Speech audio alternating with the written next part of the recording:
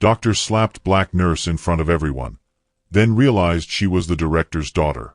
Before we start today's story, comment below where you're watching from and hit subscribe if you haven't already. You won't want to miss what's next. Listen up, girl. You ghetto nurses need to know your place. Fetch coffee, empty bedpans, and keep your mouth shut. Dr. Richard Cane's hand shot across the emergency room and slapped Layla Carter's face hard. Her head snapped sideways from the force. The emergency room at Mercy General, crowded with patients and staff, went completely silent. Shock filled the air. Before Layla could even gather herself, Dr. Cane's expensive Italian shoe kicked her supply cart, sending it flying across the linoleum floor. Medical equipment exploded everywhere. Syringes, bandages, medication bottles, and tubes scattered like debris after a car crash.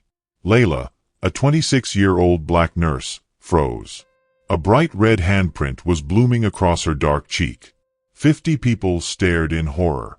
Phones quickly appeared from pockets, and everyone started recording the scene. But despite the humiliation and chaos, Layla's eyes were locked on Dr. Cane. She was strangely calm, almost unnaturally so. She reached into her scrub pocket, her fingers closing around something small and metallic. Around them, the ER was a hurricane of chaos. Patients gasped. Staff whispered frantically to each other. But Layla only smiled quietly, like she knew something everyone else didn't. Have you ever seen someone make the biggest mistake of their life? That mistake can start with something tiny. In this case, it started with Layla simply suggesting a different treatment for a patient. The patient's symptoms suggest acute pancreatitis. Perhaps we should consider, Layla began, her voice professional and steady. Did I ask for your opinion? Dr. Cane snapped, not even looking up from his clipboard. You're a nurse. Stay in your lane. Layla didn't raise her voice. She stayed calm. Patient safety requires input from the entire medical team. The labs show. Listen up, girl. You ghetto nurses need to know your place. Fetch coffee, empty bedpans, and keep your mouth shut. And then his hand moved. Fast. Vicious. The slap echoed through the emergency department like a whip. Within seconds, the ER had erupted into complete chaos. The digital clock on the wall read 8:47 p.m. Layla's phone buzzed in her pocket. For missed calls from the director's office. The emergency board meeting would begin in 13 minutes. Nursing student Sofia Delgado pulled out her iPhone and started live streaming to Instagram. Oh my God, y'all. Did everyone just see that? This doctor just straight up slapped a nurse. This is Mercy General Hospital, and I am shook. Hashtag Mercy General abuse, hashtag nurse abuse, hashtag this is not okay. The viewer count was already climbing. An elderly patient's son held his Samsung Galaxy up, recording Dr. Cane. This is going straight to Twitter, Facebook, TikTok, everywhere. That's assault.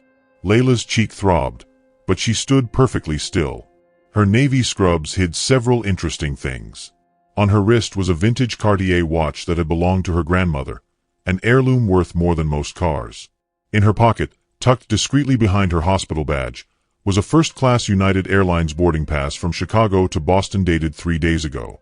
Also in her pocket was a small Harvard School of Nursing alumni sticker, marking her as class president of 2023. Her employee badge, now slightly skewed from the impact, showed something most people didn't bother to read, a small 5-year service pin. Despite her young age, she had already proven herself a dedicated professional. Layla, honey, just apologize, whispered charge nurse Gloria Hayes, tugging gently at Layla's sleeve. He can make your life a living hell. Trust me, I've seen it happen. Dr. Evelyn Carter, an attending physician, stepped closer but kept her voice low. Cane is connected to administration. Don't fight this. It's not worth your career. But other voices were rising. That nurse was just trying to help, called out Mrs. Eleanor, a patient waiting for discharge. She didn't do anything wrong. Sophia was still live streaming, her voice getting more excited. Y'all, Layla is literally the best nurse in this ER. She saved my patient yesterday when the doctors missed a drug interaction, and this is how they treat her. The viewer count hit 3,200. Security guard Leonard Tate approached, his hand hovering over his radio. "Dr. Kane, is everything okay? Need me to handle anything?" Dr. Kane straightened his tie, his voice full of authority. "Just a minor disagreement about protocols, Leonard. Nurse Carter here forgot her place in the medical hierarchy." Layla's voice was calm, but it had an edge. "I haven't forgotten anything," she said quietly, but firmly. Her tone made several people stop and look twice. Dr. Kane's pager started beeping. He glanced at it, then at the growing crowd of onlookers. Phones were everywhere now, recording, live streaming, uploading. The clock read 8:52 p.m., 8 minutes until the board meeting. "Look," Dr. Kane said, raising his voice so everyone could hear. "Nurses who don't respect physician authority endanger patients. Hierarchy exists for a reason." Dr. Henry, another attending physician, nodded vigorously. "Exactly right, Richard. Staff questioning medical decisions sets a dangerous precedent." Young resident Dr. Nina shifted uncomfortably but said nothing. Medical students behind Dr. Kane exchanged nervous glances. Layla's phone buzzed again. "Emergency board meeting. Where are you, J. Carter?" she typed quickly. The response came instantly. "Are you hurt? Security just reported an incident in the ER." Layla didn't reply. She looked around at the patient's recording, at the staff members choosing sides, and finally at Dr. Kane, who was still standing there smugly, completely unaware of what was about to happen. "Layla, honey, please just apologize," Charge Nurse Hayes tried again. "The shift ends in 2 hours." "Actually," Layla said, still unnaturally calm, "I think we need to let this play out." Dr. Kane laughed harshly. "Play out? You assaulted a physician. I never touched you. You challenged my medical authority in front of patients. That's professional assault," Layla interrupted. The live stream viewers hit 4,100. Comments poured in faster than Sophia could read them. "Call the police. Sue that doctor. This is 2024, not 1954. Layla reached into her pocket, fingers closing around her employee keycard. She didn't pull it out yet. "Dr. Kane," she said quietly, "I think you should know something." "The only thing I need to know," he snapped, "is that you're about to be looking for a new job. I'm calling the administration right now." He pulled out his phone and started dialing. Layla just smiled, that quiet, knowing smile. Around them, the emergency department had become a stage. 50 people were holding cameras, waiting to see what would happen next. Her phone buzzed one more time. "The board is asking for you specifically. We'll start without you if necessary, J. Carter." Layla smiled openly. 8:58 p.m., 2 minutes until the board meeting. "Dr. Kane," she said, loud enough for the cameras to catch, "before you make that call, you might want to ask yourself one question." He paused, finger hovering over his phone. "What question?" he demanded. "Are you absolutely sure you know who you just slapped?" Dr. Kane froze. Something in Layla's tone made the hair on his neck stand up. "What's that supposed to mean?" he demanded. His voice had lost its earlier confidence. Layla didn't answer. She simply pulled out her phone and scrolled through her contacts, her movements deliberate and unhurried. 8:59 p.m., 1 minute until the board meeting.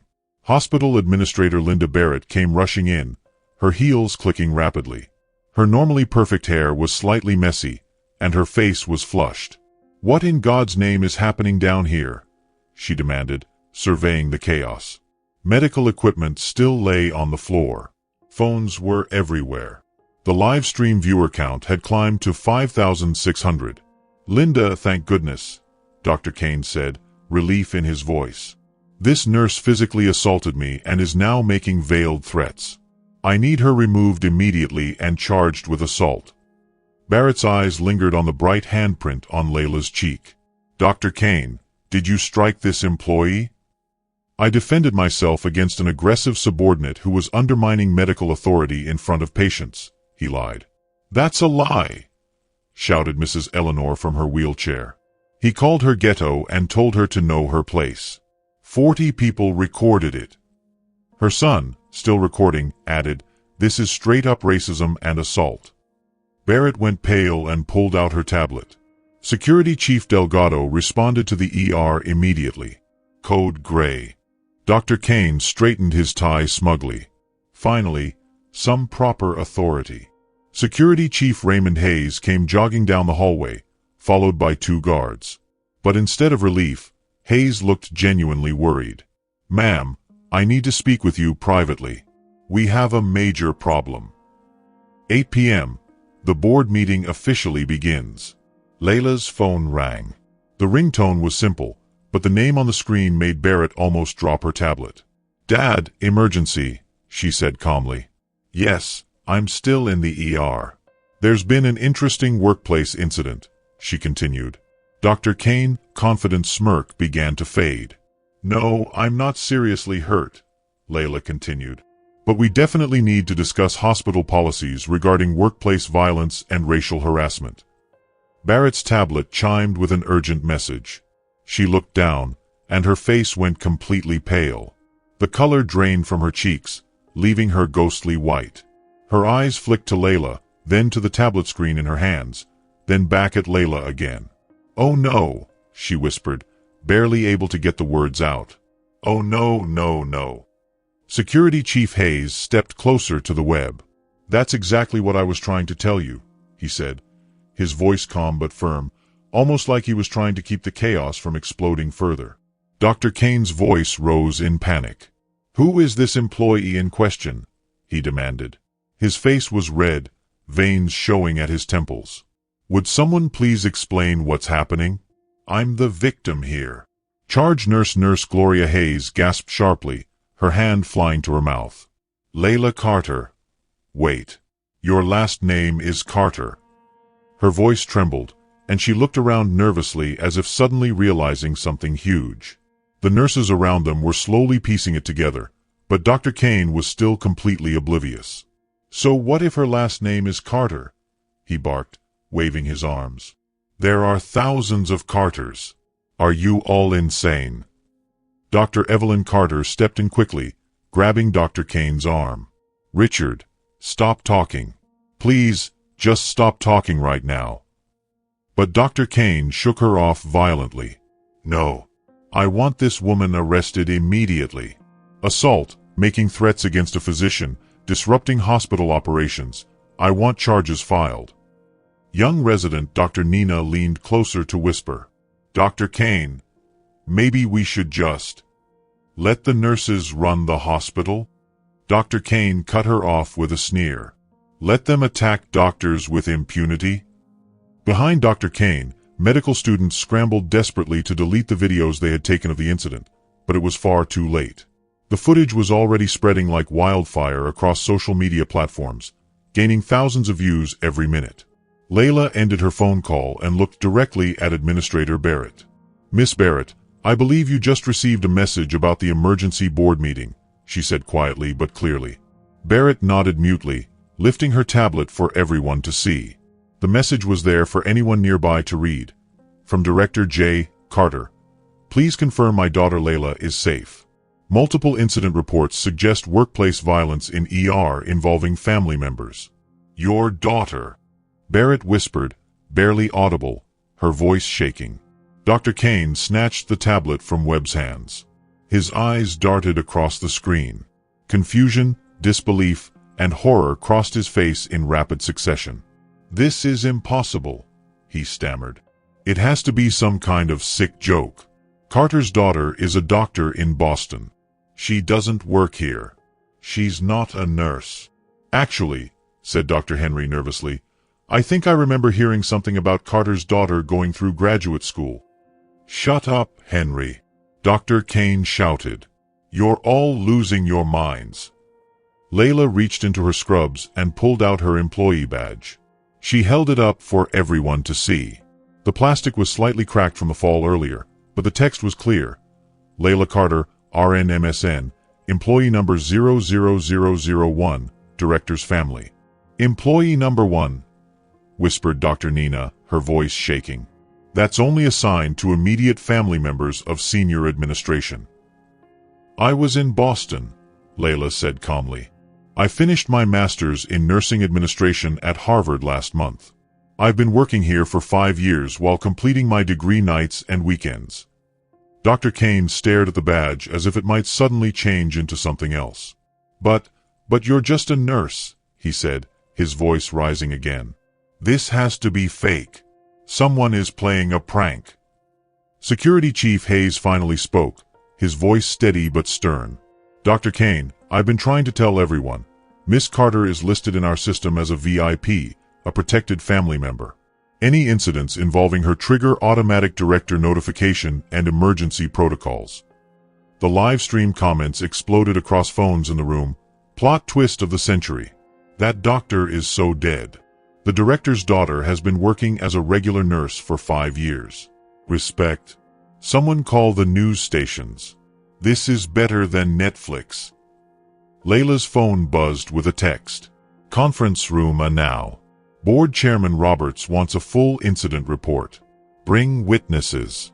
Dr. Kane began hyperventilating, taking shallow, quick breaths. This can't be happening.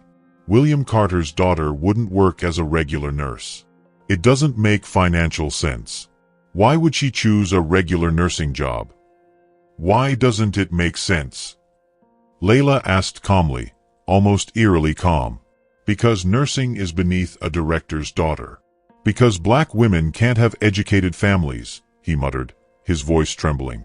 The words hung in the air like an accusation, echoing through the emergency room. Nursing student Sophia, still holding her phone and live streaming, whispered excitedly, "Y'all, this is unreal. Layla is literally the hospital director's daughter, and she's been a regular floor nurse for 5 years. That racist doctor just slapped the boss's daughter thinking she was some ghetto nurse. Karma." Administrator Barrett frantically made calls. Legal department. Emergency consultation. Yes, immediately. We have a situation involving the director's family. Get the lawyers in now. Layla's phone rang again. This time she put it on speaker. A deep, authoritative voice, instantly recognized by everyone in the administration, filled the room. Layla Elizabeth Carter, conference room now. Bring whoever witnessed this incident. Yes, sir, Layla replied calmly. I'll be there in 2 minutes. She looked around the emergency department. 50 pairs of eyes stared at her, some wide with fear, some with excitement. Phones were still recording. Dr. Kane, Layla said quietly, her voice sharp but controlled, I think you should probably call your lawyer. She turned to Sophia, who was still live streaming. Would you mind coming upstairs with me? The board will want to hear from witnesses. Layla walked calmly toward the elevators, her footsteps echoing loudly in the suddenly silent emergency room. Behind her, chaos erupted. Nurses shouted into phones, administrators scrambled, and Dr. Kane sank into a chair, his face pale and full of panic. Someone got the insurance company on the phone. How did we not know she was Carter's daughter? 5 years. She documented everything. That live stream has over 9,000 viewers. Dr. Kane assaulted the director's daughter on camera. We are absolutely screwed. The elevator doors closed behind Layla. She allowed herself a small, satisfied smile. Daughter of hospital director William Carter, Harvard-educated nurse administrator, and now publicly assaulted figure on live stream, Layla finally felt a sense of control. The board meeting was about to get very interesting. The elevator slowly climbed to the 4th floor, giving Layla 30 seconds to compose herself. Sophia stood beside her, phone still recording for nearly 10,000 viewers, her hands trembling slightly. Layla, Sophia whispered, I can't believe this is really happening. Are you really the director's daughter? Yes. Layla's voice was calm and steady. But more importantly, I'm a nurse who has been documenting workplace harassment for 5 years. The elevator dinged as it reached the executive floor. Conference room A, 9:07 p.m. Layla pushed open the heavy oak doors to find 12 board members seated around the polished mahogany table. At the head sat her father, Director William Carter, jaw tight with barely contained fury. Board Chairman Robert Mills looked like he had aged 10 years in the past 10 minutes. The tension in the room was thick. "Layla," Director Carter said carefully, his voice controlled but cold, "are you injured?" "Physically, just a handprint that will fade," Layla replied, touching her still red cheek. "Professionally, we'll see." She gestured toward Sophia. "This is Sophia Delgado, a nursing student." She live-streamed the entire incident to over 10,000 viewers. Board Chairman Mills leaned forward. "Miss Delgado, we'll need your testimony. But first, Layla, tell us exactly what happened." Layla walked to the front of the room, Sophia still recording. "Before I begin, I need this board to understand something. Tonight's incident isn't isolated. It's the result of 5 years of systematic workplace harassment I've been documenting while working as a floor nurse." She connected her phone to the conference room projector. "I've been collecting evidence of workplace discrimination, sexual harassment, and racial bias. Dr. Kane's assault tonight is just the most extreme example." The wall screen lit up with a detailed spreadsheet. Workplace harassment documentation, Mercy General Hospital, 2019 to 2024. Board member Carter gasped audibly. "How long have you been planning this?" someone asked. "I wasn't planning anything," Layla replied calmly. "I was working as a nurse, earning my master's degree, and documenting violations of federal workplace safety laws. Tonight, Dr. Kane chose to escalate from verbal harassment to physical assault." Director Carter's voice was ice-cold. "Show them the footage." Layla nodded to Sophia, who stepped forward nervously. "I can play the live stream from the beginning, but it's really hard to watch." The audio filled the conference room. "Listen up, girls. You ghetto nurses need to know your place. Fetch coffee, empty bedpans, and keep your mouth shut." Then came the crack of the slap echoing through the speakers. Several board members flinched, some covering their mouths. Board member Kane whispered, "Oh my God!" Board Chairman Mills's face darkened with fury. "Jesus Christ," murmured Board Member Davis. "That's assault. Clear, documented assault." Layla clicked to the next slide. Legal implications. Federal and state violations under Title VII of the Civil Rights Act. Tonight's incident constitutes racial harassment and workplace violence. The live stream provides irrefutable evidence. Dr. Kane used explicitly racial language and then physically assaulted me. Board member Delgado leaned forward. "Layla, what are you asking from this board?" "I'm not asking for anything," Layla said calmly. "I'm informing you of our legal exposure and liability." The next slide appeared, Financial Impact Analysis. Dr. Kane's assault, seen by 50 people and streamed to over 10,000 viewers, exposes Mercy General to serious risks. Civil rights lawsuit, $2.3 to $5.7 million average settlement. Criminal assault charges, potential federal investigation. Medical license review. Insurance exclusion, intentional acts void coverage. Medicare and Medicaid review. Workplace violence triggers federal audit. Possible accreditation suspension. Board Chairman Mills frantically took notes. "What's our immediate liability exposure?" Layla clicked again. Social media impact, real time. The screen displayed live feeds. TikTok, hashtag Mercy General Racism trending, 47,000 posts. Twitter, hospital tag used 2,847 times in the past hour. Instagram, Sophia's live stream shared 1,200 times. Facebook, hospital page flooded with 1-star reviews as of 9 minutes ago.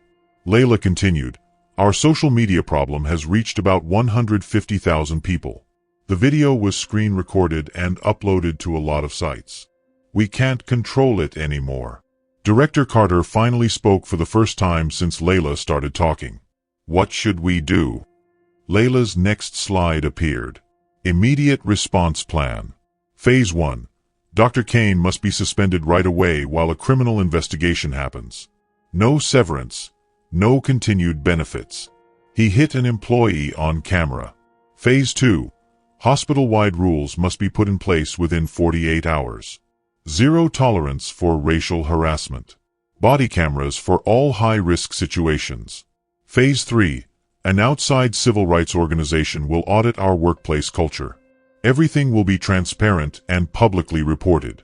Board member Carter interrupted. Layla, these are huge changes. The cost alone.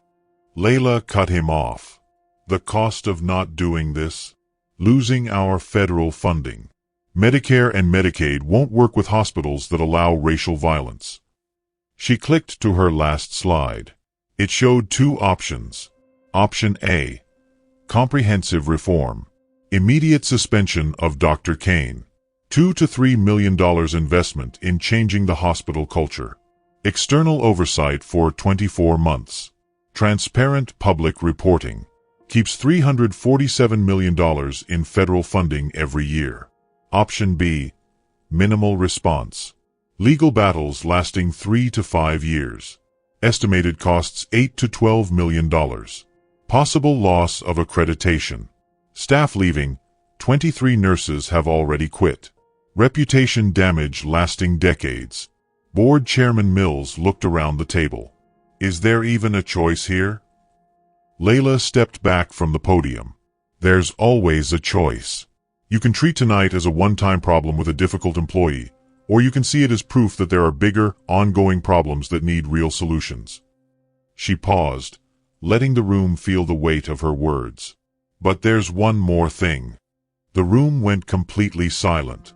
Layla walked to the conference room window and looked down at the parking lot, where news vans had already arrived. The nursing student who filmed the video didn't just post it on Instagram. She was also making a documentary about workplace racism in hospitals. Board member Davis went pale. A documentary? Yes, Layla said. Harvard Medical School's Department of Social Medicine has been following my experiences for a study on discrimination in hospitals. Tonight's footage will be included in their report to the Department of Health and Human Services. Director Carter closed his eyes briefly. Layla, why didn't you tell me? Because you need to see how staff treat people they think have no power. If everyone knew I was your daughter, they would have acted differently. The harassment would have been hidden, not fixed. Layla turned back to the board. Dr. Kane thought he was slapping just some ghetto nurse. Instead, he hit the director's daughter on camera while being recorded for a federal study. The irony is perfect. Board Chairman Mills slowly stood. Layla, what do you need from us? If you're enjoying this story, make sure to subscribe and share your favorite part in the comments below. And don't forget to drop a heart to show your support. Full implementation of Option A tonight. Dr. Kane fired before he leaves, and my promotion to Chief of Quality Assurance immediately. That's a big promotion, Board Member Delgado said. I also saved you from a federal investigation by giving the solution, not just the evidence, Layla said with a quiet, confident smile that made Dr. Kane uneasy. The question isn't whether I'm qualified. The question is whether you're ready to fix this hospital, or lose it. Board Chairman Mills stood at the head of the table, his voice strong. All in favor of Layla Carter being promoted to Chief of Quality Assurance and implementing Option A fully? 12 hands went up without hesitation. Motion carried unanimously. Mills turned to Layla. You have full authority to implement these changes. What do you need? Layla pulled out a thick folder from her bag. She had clearly been ready long before tonight's incident. I've been ready for this moment for 2 years. Every policy, every procedure, every legal framework, it's all here. She handed copies around. Phase 1 starts now. Dr. Kane must be fired before he leaves. Every minute he stays increases our legal risk. Director Carter put the conference speakerphone on. Security, please escort Dr. Richard Kane to conference room B immediately. Bring nothing from your office. At 9:15 p.m., Layla opened her laptop and connected it to the wall display. A full presentation appeared. Mercy General Hospital Cultural Reform Initiative. Implementation Timeline. Board members saw a 180-day transformation plan Layla had developed over 5 years of frontline observation. Tonight's incident only sped up the timeline. Board member Carter leaned forward. Layla, You planned this exact scenario? Not this exact incident, Layla replied calmly. But I knew Dr. Kane's behavior would eventually escalate. I documented 47 incidents of harassment over 3 years. Tonight was statistically inevitable. The first slide showed the immediate financial impact. Phase 1. Emergency response, 24 hours. Dr. Kane fired immediately. Crisis communication specialist hired. Legal review of all employment contracts. Emergency staff meeting to manage damage. Phase 2. Policy implementation, 30 days. Body camera system for high-risk areas. Anonymous reporting platform. Third-party harassment training for 1,200 employees. External civil rights audit. Phase 3. Culture transformation, 180 days. Comprehensive bias training. Patient safety integration. Community oversight board. Long-term monitoring and compliance systems. Board member Davis whistled. $3 million total. That's a big expense. Layla clicked to the next slide. Cost of doing nothing. Immediate legal exposure, $5.7 million. Average settlement for racial assault cases. Federal investigation costs, $1.2 million. Legal fees, compliance reviews, insurance hikes, $340,000 per year for 5 years. Reputation damage and patient loss, $52 to $104 million. Staff turnover, $3.2 million in recruitment and training. Potential loss of $347 million in federal funding. Layla said quietly, the choice is spending $3 million to fix problems or losing potentially hundreds of millions by ignoring them. Board Chairman Mills was already dialing his phone. Legal department. Emergency consultation. We're firing a physician tonight. Yes, tonight. At 9:18 p.m., a knock on the conference room door. Security Chief Hayes entered with Dr. Kane, who looked messy and confused. You wanted to see me? Dr. Kane asked. Then he noticed Layla at the front. What is she doing here? This woman assaulted me. Director Carter stood tall. Dr. Kane, meet my daughter, Layla Carter, Harvard-educated nurse administrator and your new supervisor. Dr. Kane's face showed disbelief, recognition, and horror. This is impossible. You're a doctor in Boston. Was in Boston, Layla corrected. I was completing my master's degree while working here full-time. You would have known if you treated me as a professional, not just some ghetto nurse. HR Director Lisa Park entered with a thick personnel file. Dr. Kane, please sit. We need to discuss your employment status. Dr. Kane stayed standing, raising his voice. William, we've worked together for 15 years. This is a misunderstanding. Your daughter attacked me first. Layla activated her phone. Let's review the evidence. The speakers played Dr. Kane's live stream. Listen up, girls. You ghetto nurses need to know your place. Fetch coffee, empty bedpans, and keep your mouth shut. Then the unmistakable sound of a slap. Board Chairman Mills said coldly, that's racial harassment followed by assault. Both are federal crimes. HR Director Park opened Dr. Kane's file. Richard, you are terminated immediately for cause, physical assault, racial harassment, and violating our workplace violence policy. You can't do this, Dr. Kane shouted. I'll sue. I'll contact the medical board. You'll what? Layla interrupted quietly. File a complaint about being fired for assaulting the director's daughter on live stream? Please. The publicity would be fascinating. Layla clicked to a new slide. Dr. Kane. Employment consequences. Immediate termination. Loss of privileges at affiliated facilities.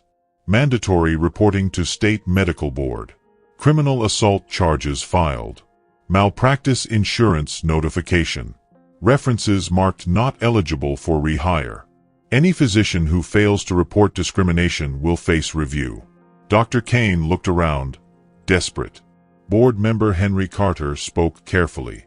Richard, 47 documented incidents over 3 years is not one mistake. It's a pattern.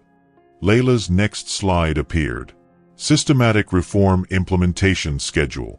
Week 1. Emergency Protocols. All department heads complete crisis leadership training. Anonymous reporting system goes live. Body cameras installed in high-risk areas. Staff notified of zero-tolerance policies. Weeks 2 to 4. Comprehensive training. Mandatory bias recognition workshops. Patient safety integration. Bystander intervention certification. Documentation and reporting procedures.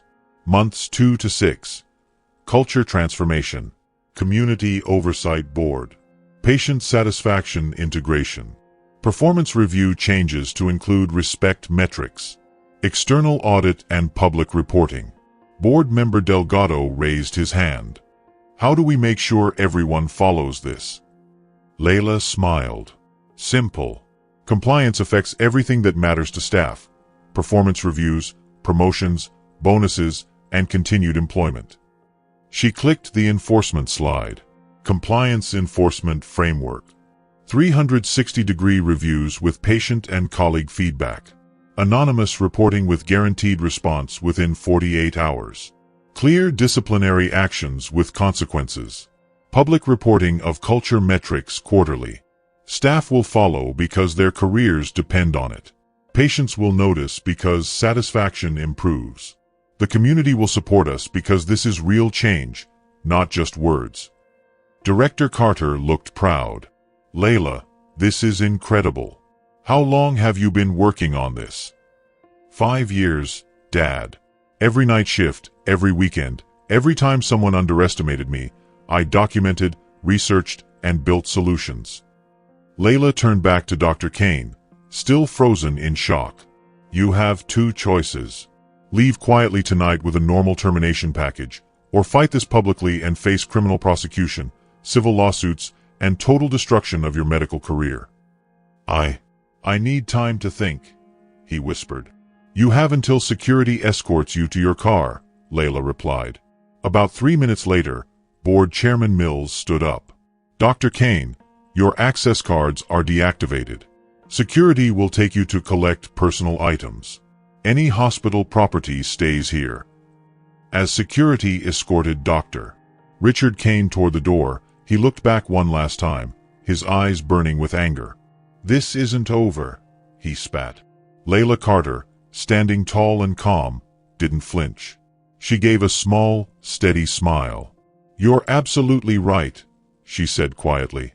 Your assault trial begins in about 6 weeks. The civil rights investigation starts Monday morning, and the documentary showing tonight's footage will be featured at the Harvard Medical School Symposium next month. She paused, watching as he opened the door, then added without missing a beat. Oh, and the nursing staff is planning a celebration party for Friday night. You're not invited. The door clicked shut behind him, and the energy in the conference room shifted instantly. The tension that had gripped the staff during the crisis turned into a sense of determination and focus. Board Chairman Mills, a tall man with silver hair and sharp eyes, leaned forward, looking around the table. Layla, he said, you have full authority to implement this plan. What do you need from us? Layla straightened her shoulders and replied, 3 things. First, a press conference tomorrow morning to announce our zero-tolerance policy and Dr. Kane's termination. Second, budget approval for a $3 million investment in these new initiatives. Third, your commitment to full transparency with the public throughout this process. Done. Done. And done, Mills said, almost immediately. Layla gathered her materials and looked at the board members. Then I suggest we get to work. The overnight staff needs to hear about these changes before the morning news breaks the story. As the board members filed out, Director Carter, Layla's father, came up to her, his face a mix of pride and concern. Layla, I'm proud of you, he said softly. But I'm also sorry you had to experience this. Layla hugged her father briefly, feeling the weight of the night's events. Dad, someone had to document the truth. I just happened to be in the perfect position to do it. She stepped back and looked out the conference room window at the parking lot below, where news vans were beginning to gather. "Besides," she said quietly, "tomorrow morning, every nurse in America will see that their dignity matters, that their voices count, and that someone will fight for them." She smiled, the quiet kind of smile that carried both determination and satisfaction. "That's worth 5 years of documenting everything."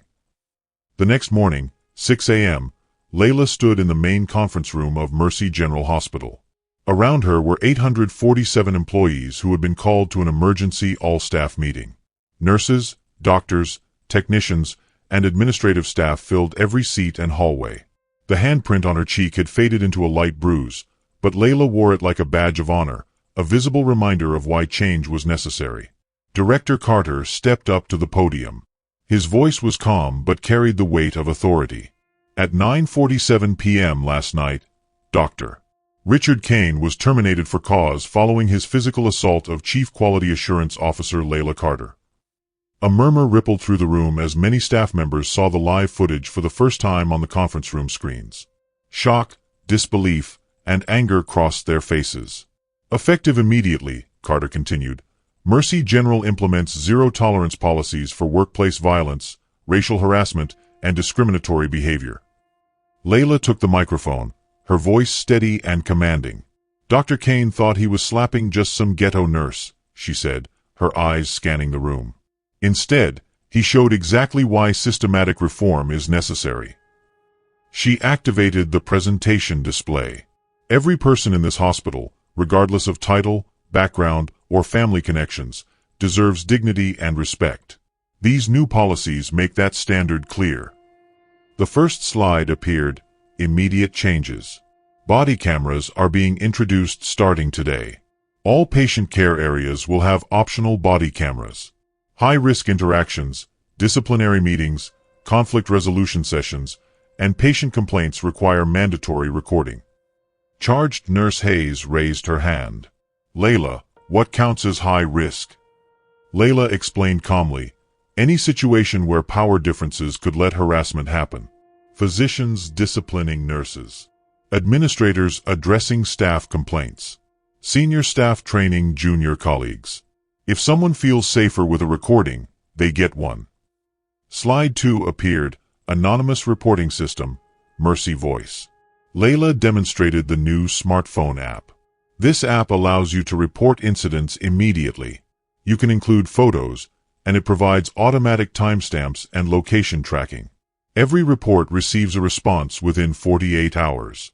Most importantly, bystander reporting is now protected and encouraged. If you witness harassment and don't report it, that's complicity. Nursing student Sophia, who had live-streamed the original incident, stood up. "What happens to people who file false reports?" "They face the same consequences as filing false police reports," Layla answered. "But our data shows false reports are less than 3% of workplace harassment claims. The bigger problem is underreporting, not over-reporting." Slide 3. Federal Compliance Integration. Layla clicked to the next slide. "These aren't just hospital policies. We're aligning with Title VII civil rights requirements, OSHA workplace safety standards, and Joint Commission quality metrics." Dr. Henry, who had stayed silent during last night's confrontation, asked nervously, "Layla, what happens to staff who witnessed harassment but didn't intervene?" Layla's expression stayed neutral.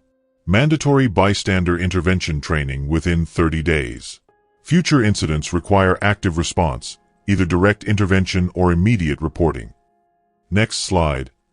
Progressive Discipline Matrix. Level 1 violations, such as microaggressions or biased language. Mandatory training, formal apology, 6-month monitoring. Level 2 violations, including harassment or intimidation, suspension, external counseling, and a performance improvement plan.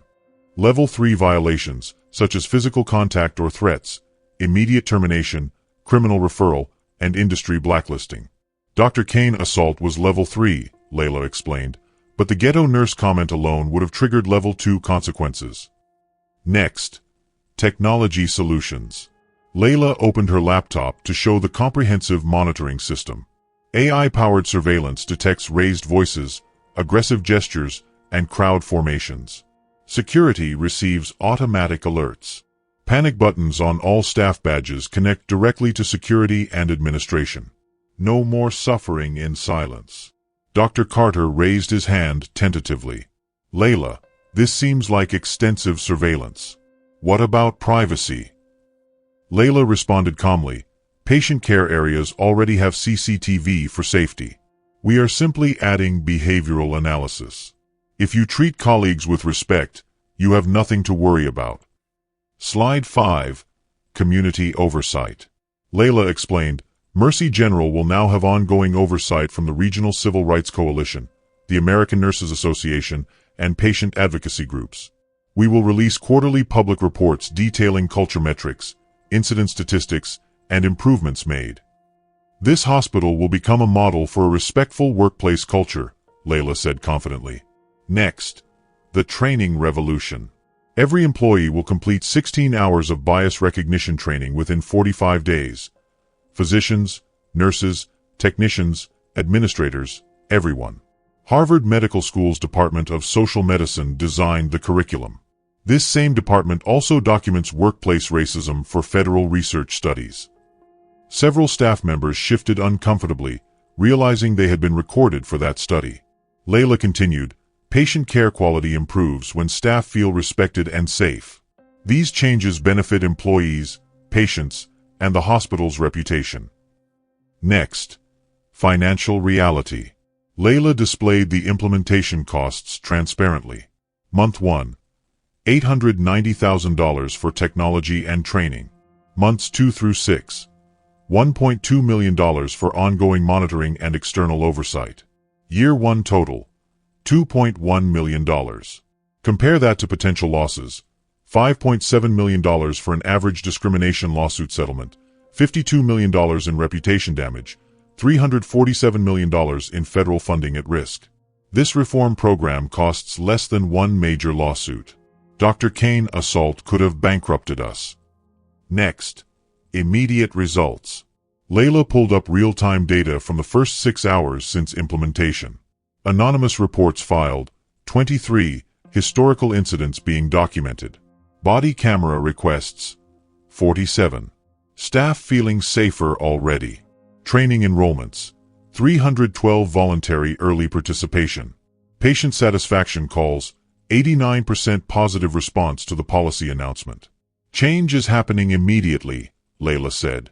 Next, personal accountability. Last night, 50 people watched Drive Kane Assault Maine. 3 people spoke up. 47 stayed silent. The room fell completely quiet. Under our new policies, those 47 bystanders would face mandatory training and performance review notation.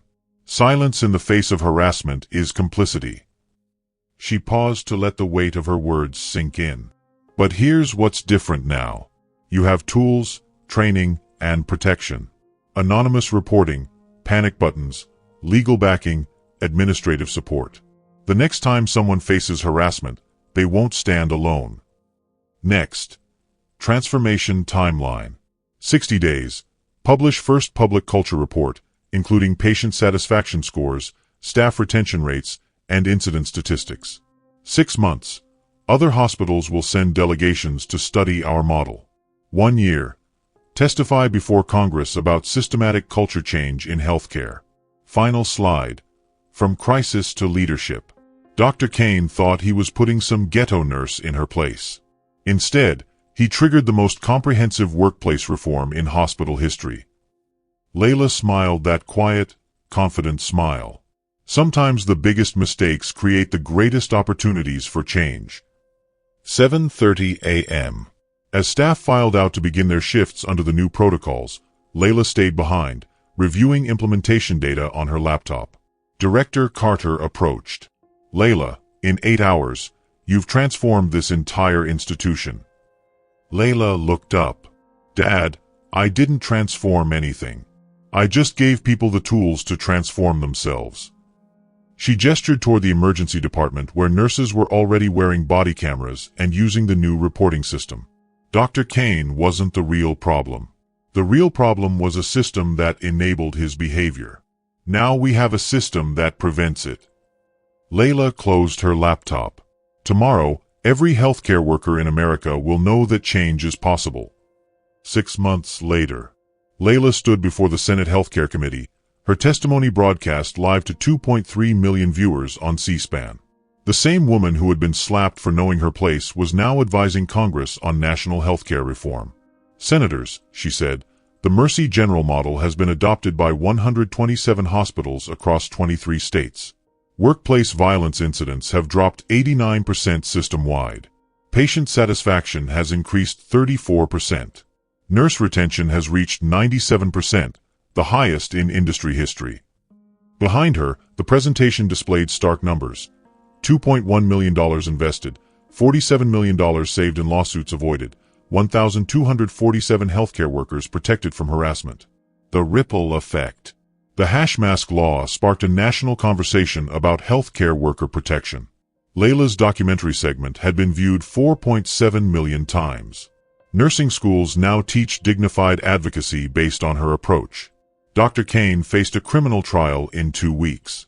3 other hospitals had terminated physicians for similar behavior after Layla's story went viral. The personal victory. Layla received over 300,000 letters from healthcare workers sharing their experiences. A common theme emerged: quiet strength beats loud aggression. Preparation beats reaction. Dignity beats degradation. The 5-year-old patient who had cried during the original incident sent Layla a drawing labeled, "The Brave Nurse Who Fixed Everything."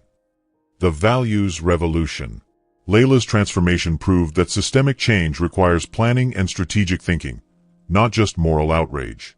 Hidden privilege should be used to help those without it. Documentation and preparation defeat impulsive hatred.